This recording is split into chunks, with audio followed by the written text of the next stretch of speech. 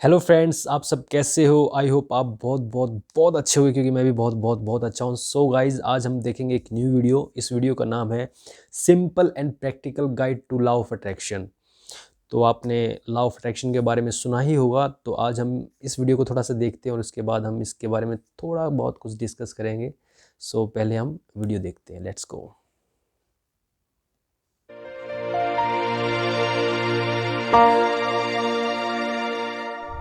जीतने वालों को मेरा सलाम।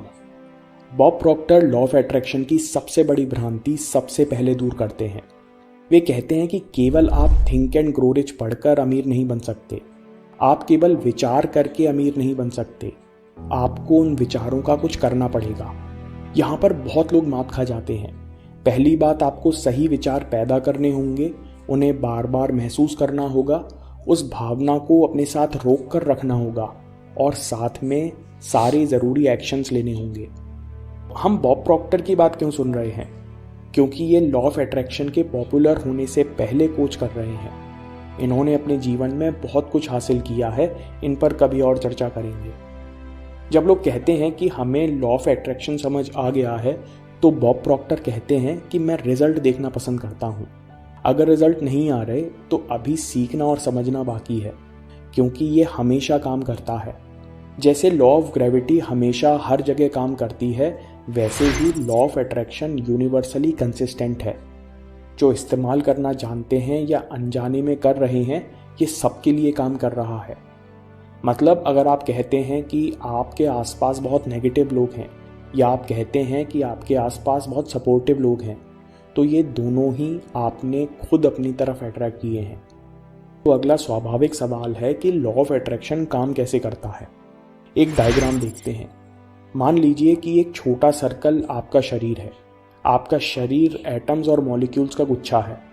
अगर आप इलेक्ट्रॉन माइक्रोस्कोप से देखें तो शरीर का हर मॉलिक्यूल लगातार वाइब्रेट कर रहा है।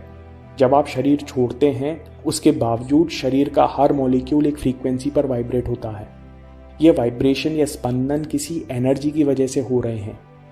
शरीर के साथ साथ जितना भी मैटर आप अपनी आंखों से देख रहे हैं, वो सब एनर्जी है और उसका सोर्स एक वाइब्रेशन है, जिसको थ्योरेटिकल फिजिसिस्ट स्ट्रिंग थ्योरी भी कहते हैं। डायग्राम में एक बड़ा सर्कल आपका मन है। मन एक ही है, लेकिन इसकी प्रक्रिया के तौर पर यानी अवेयरनेस के तौर पर एक कॉन्शियस माइंड और एक सबकॉन्शियस माइंड है। जब हम नवजात थे तब केवल सबकॉन्शियस माइंड था। हम कॉन्शियसली क्रिटिकली सोच नहीं सकते थे। जो भी होता था वो सीधे सबकॉन्शियस माइंड में जाकर पैराडाइम बनाता था। पैराडाइम मतलब बिलीफ सिस्टम, विचारों और आदतों का एक बड़ा गुच्छा। एग्जाम्पल, किसी ने बचपन में बहुत दुख और तकलीफ देखी है, तो उसके सबकॉन्शियस माइंड में बैठा हो सकता है कि जीवन और पैसा कमाना कठिन बात है। पैराडाइम बनने से पहले आप शरीर थे, मतलब आपके जीवन का स्तर आपके माँ बाप के जीन्स पर निर्भर करता था। और पैराडाइम्स बनने के बाद आपका जीवन विचारों पर निर्भर हो गया। कैसे? बॉब प्रॉक्टर कहते हैं कि पूरे ब्रह्मांड में एनर्जी और कॉन्शियसनेस के करंट्स लगातार बह रहे हैं। ये करंट्स आपके सबकॉन्शियस माइंड को एक्टिवेट करते हैं, क्योंकि सबकॉन्शियस माइंड एक इमोशनल माइंड है। इसमें जैसे बिलीफ सिस्टम या पैराडाइम बसे हुए हैं, वैसे ही इमोशन पैदा करेगा, वैसा ही शरीर महसूस और रिएक्ट करेगा, और वैसे ही विचार हमें कॉन्शियस माइंड में भी आने लगेंगे। मतलब इन बिलीफ सिस्टम या पैराडाइम के कारण हमारे मन और शरीर का वाइब्रेशन या एनर्जी बदल जाएगी। जिस फ्रीक्वेंसी पर आपका शरीर और मन होता है, उसी फ्रीक्वेंसी की एनर्जी आप तक पहुंचने लगेगी। इसलिए बिलीफ सिस्टम या पैराडाइम न केवल ये तय करेगा कि आप क्या एक्शन लेंगे, बल्कि ये भी तय करेगा कि आप क्या अट्रैक्ट करेंगे। मान लीजिए कि आपके सबकॉन्शियस में एक्स टाइप के पैराडाइम या बिलीफ सिस्टम बैठे हुए हैं, और आपने कोशिश करके वाई तरह का विचार एक आध बार सोच भी लिया, उसे अपनाने की कोशिश भी की, तो आप बेचैन हो जाओगे।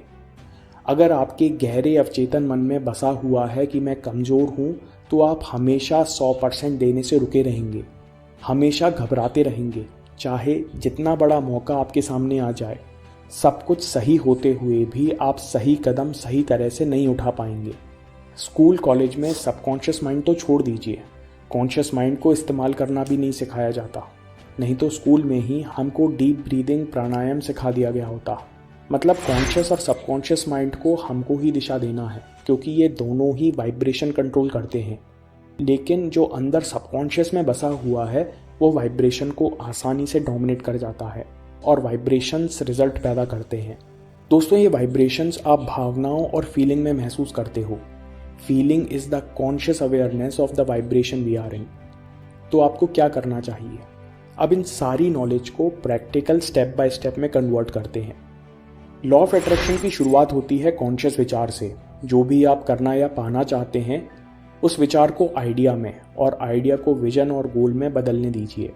सबकॉन्शियस माइंड अपनी मर्जी से काम करता है, लेकिन बार बार कंसिस्टेंटली एक पैटर्न सोचने से अवचेतन मन तक संदेश पहुंचाया जा सकता है। कब होगा, कैसे होगा, इसकी चिंता हमें नहीं है। अभी किसी भी डाउट या संदेह को जगह मत दीजिए। अभी अपने अंदर अपने सपने को पनपने दीजिए। मान लीजिए कि आप आलस और गुस्सा मिटाना चाहते हैं, तो सोचिए कि जब आपके अंदर ये नहीं होंगे तो आप कैसा महसूस करेंगे। हर दिन के जीवन में कितना बड़ा बोझ हट जाएगा।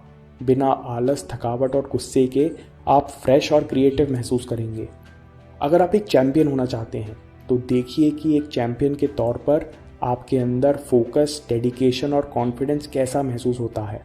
जब विचार, इमोशंस और फीलिंग्स के साथ खुलते हैं तो वाइब्रेशन बहुत आसानी से बदलता है। डॉक्टर मैक्सवेल मॉल्ट्स अपनी किताब साइको साइबरनेटिक्स में कहते हैं कि जब आप अपने गोल से इमोशनली जुड़ जाते हो और उनके लिए गहरी इच्छा पैदा करते हो कि मुझे एक सफल इंसान जैसे महसूस करना है, वो भी हर दिन और हर समय, मुझे अभी सुकून और सेल्फ अकम्पलिशमेंट महसूस करना है, तो ऐसे गहरे इमोशंस और इच्छा पुराने नेगेटिव बिलीफ और उनके कारण पैदा हुए रिएक्शन जैसे आलस, गुस्से, जलन वगैरह को काट देते हैं। पहले 2 स्टेप पूरे करने पर अगले 2 अपने आप होंगे, क्योंकि ये इनफाइनाइट यूनिवर्स का जवाब है। हमारा काम इन्हें नोटिस करना है। जब हम किसी इंसान से मिलते हैं तो हमें कई लोग एक बार में पसंद आते हैं और कई लोगों के साथ मिलने के बाद लगता है कि इन लोगों से ना ही मिले तो अच्छा है, क्योंकि हम लोग एक दूसरे की एनर्जी और वाइब्रेशन पकड़ते हैं। जब सबकॉन्शियस माइंड हमारे पॉजिटिव कॉन्शियस विचार अपना लेता है तो वाइब्रेशन ऊपर उठने लगते हैं और आप आसानी से दिक्कत और नेगेटिविटी से निकल सकते हैं। आपको अपने आप सही आइडियाज़ और विचार आने लगते हैं और एक्शन बड़ी आसानी से लिए जा सकते हैं।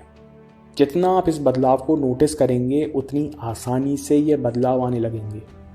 चौथा स्टेप है बी अवेयर ऑफ रिजल्ट्स। जैसे AM रेडियो FM नहीं पकड़ता, बॉब प्रॉक्टर अपनी किताब आर्ट ऑफ लिविंग में कहते हैं कि आप वही अट्रैक्ट करते हो जैसे आपके वाइब्रेशन हैं। इसे प्रिंसिपल ऑफ हार्मनी कहते हैं। हमेशा रिजल्ट्स के प्रति सचेत रहिए। वे आगे कहते हैं कि डर, चिंता, अहंकार ये सब लो फ्रीक्वेंसी की भावनाएं हैं। अगर किसी भी कारण से इन्हें आप अपने अंदर महसूस करते हैं, चाहे वो दूसरे के रिएक्शन के कारण ही क्यों ना हो, आप स्टेप 1 और स्टेप 2 पर काम कीजिए।